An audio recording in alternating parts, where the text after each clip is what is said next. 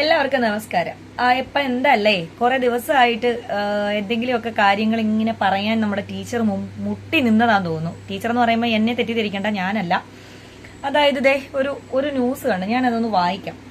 Chicken masala നല്ലതാണ്, പക്ഷേ പായസത്തിൽ ഇടരുത്. ക്ഷേത്രത്തിൽ ക്രിസ്തീയ ഭക്തിഗാനം ആലപിച്ചതിൽ നന്ദഗോവിന്ദം ഭജൻസിനെതിരെ KP ശശികല. എന്റെ പൊന്ന് ശശികല ടീച്ചറെ, നിങ്ങളോടൊക്കെ എന്താ ഈ പറയേണ്ടത്? അതായത് കോട്ടയത്ത് ഞാൻ കൂടി പോയതാണ് ആ പരിപാടിക്ക് കേട്ടോ. ഞാൻ പോയി നന്ദഗോവിന്ദം ഭജൻസിന്റെ പരിപാടി കാണണമെന്ന് ഭയങ്കര ആഗ്രഹം ഉണ്ടായിരുന്നു. അപ്പം ഞങ്ങളുടെ അടുത്ത് കോട്ടയം വേമ്പിൻകടം ക്ഷേത്രം, അങ്ങനെ എന്തോ ഒരു ക്ഷേത്രത്തിന്റെ പേര്, എനിക്ക് കറക്റ്റ് ഓർമ്മയില്ല ക്ഷേത്രത്തിന്റെ പേര്. സോറി, ക്ഷേത്രത്തിന്റെ പേര് അറിയാവുന്നവർ ഒന്ന് കമന്റ് ചെയ്തേരെ. കോട്ടയത്തെ സ്ഥലങ്ങൾ അറിയാത്തത് കൊണ്ടാണ് എനിക്ക് ക്ഷേത്രത്തിന്റെ പേര് അറിയാത്തത്. പക്ഷെ ഞങ്ങളുടെ കോട്ടയം പോലീസ് ക്യാന്റീന്റെ താഴത്തായിട്ടുള്ള ഒരു ക്ഷേത്രമാണ്. ഞാൻ പോയിരുന്നു, ഹസ്ബൻഡിന് അവിടെ ഡ്യൂട്ടി ഉണ്ടായിരുന്നു. അപ്പൊ ഞാനും കൊച്ചും കൂടി പോയി. കുറച്ചു നേരം ഇരുന്നൊരു 8:30-9 മണി വരെ ഇരുന്ന് കേട്ടിട്ടാണ് ഞാൻ പോരുന്നത്. അപ്പം അവര് ഈ പരിപാടി നടത്തിയപ്പോൾ ഒരു 3-4 ഭക്തിഗാനമാണല്ലോ അവര് നടത്തുന്നത്. അപ്പൊ അമ്പലമായാലും പള്ളിയായാലും എല്ലാം പ്രാർത്ഥിക്കുക, ഭക്തി എന്നതാണ് അവരുടെ എല്ലാവരുടെയും ഒരു മനസ്സിന്റെ ഒരു ആശ്വാസം എന്ന് പറയുന്നത്. അപ്പോ ഇവര് അവിടെ ഇരുന്നുകൊണ്ടപ്പം ഈ ആള് പറയുണ്ടായി, എന്താണ്, ഞാൻ ഇവിടെ നമ്മുടെ പള്ളി, അവിടെ അടുത്തൊരു പള്ളിയുണ്ട്. അപ്പൊ ആ പള്ളി മൈതാനത്താണ് അവിടെ പാർക്കിംഗ് സൗകര്യം ഒക്കെ ഒരുക്കിയിരിക്കുന്നത്.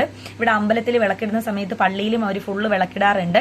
അതുപോലെ തന്നെ ആ പള്ളിവക സ്കൂളിലാണ് ഇവർ ചെറുപ്പം തൊട്ടേ പഠിച്ചതെന്നും ഈ മതസൗഹാർദ്ദം എന്നൊക്കെ പറയുമ്പോൾ ഈ വന്ന കാലത്ത് എന്തോ ആണെന്നും പണ്ട് നമ്മൾ വളർന്ന സമയത്തൊന്നും നമ്മൾ അതിനെപ്പറ്റിയൊന്നും കൂടുതലായി ആലോചിക്കുകയോ കേട്ടുകഴിവോ ഇല്ലാതിരുന്ന ഒരു സാഹചര്യത്തിലൂടെയാണ് നമ്മളെല്ലാം വളർന്നു വന്നതെന്നൊക്കെ പറഞ്ഞിട്ട്, അപ്പൊ അവർക്ക് വേണ്ടി കൂടി ഒരു ഭക്തിഗാനം ഞങ്ങളിവിടെ പാടുകയാണെന്ന് പറഞ്ഞപ്പോൾ ഭയങ്കര കയ്യടിയായിരുന്നു. സ്റ്റേജിൽ നിന്ന്, സദസ്സിൽ നിന്നും ഭയങ്കര കയ്യടിയായിരുന്നു. അവർ നല്ല രീതിയിൽ ഒരു പാട്ട് ആലപിക്കുകയും ചെയ്തു.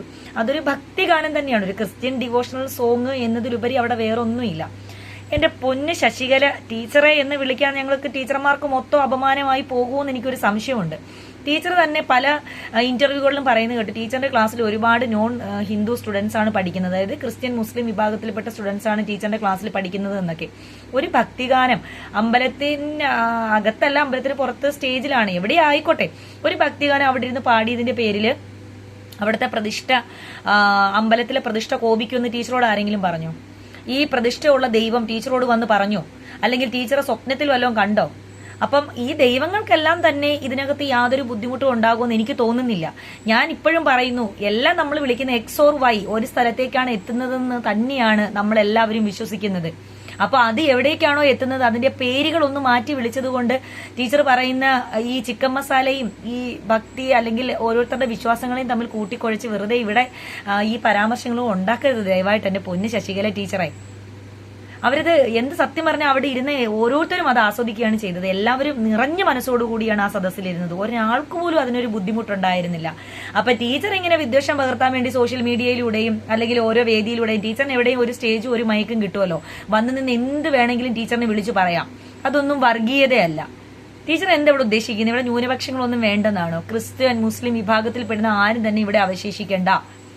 ടീച്ചർ പണ്ട് പറയുമായിരുന്നു, പൊടി പോലും ഇല്ല കണ്ടുപിടിപ്പാൻ. അപ്പൊ പൊടി പോലും കണ്ടുപിടിക്കാതെ നമ്മളെ എല്ലാവരും ഇവിടുന്ന് തുരത്തിയിട്ട് ടീച്ചർ പറയുന്ന രീതിയിൽ ഒരു വിശ്വാസവും ആസ്ഥാനവും ഇവിടെ ഉണ്ടായി കഴിഞ്ഞാൽ എല്ലാ ദൈവങ്ങളും അത് ഉണ്ടാക്കിയെടുത്ത ശശികല ടീച്ചറിന് സ്വർഗത്തിൽ ഏറ്റവും ഉയരത്തിലായിരിക്കും സ്ഥാനം എന്ന് വല്ല വിചാരവും ടീച്ചറിനുണ്ടോ?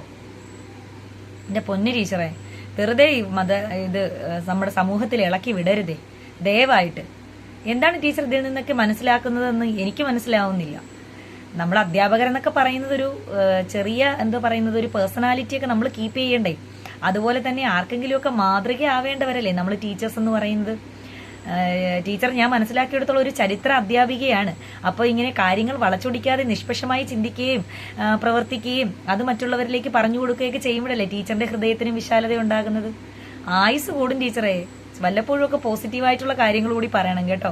എപ്പോഴും ഇങ്ങനെ നെഗറ്റിവിറ്റി മാത്രം ചിന്തിച്ചുകൊണ്ടിരുന്നാൽ നമ്മൾ പ്രായാധിക്യം ഉണ്ടാവും, ഹാർട്ടിന് പ്രശ്നം വരും, നമ്മുടെ ഇന്റേണൽ ഓർഗൻസിനൊക്കെ പ്രശ്നങ്ങൾ വരും. അതുകൊണ്ട് വല്ലപ്പോഴും ഒക്കെ ഒന്ന് പോസിറ്റീവ് ആവും ടീച്ചറെ.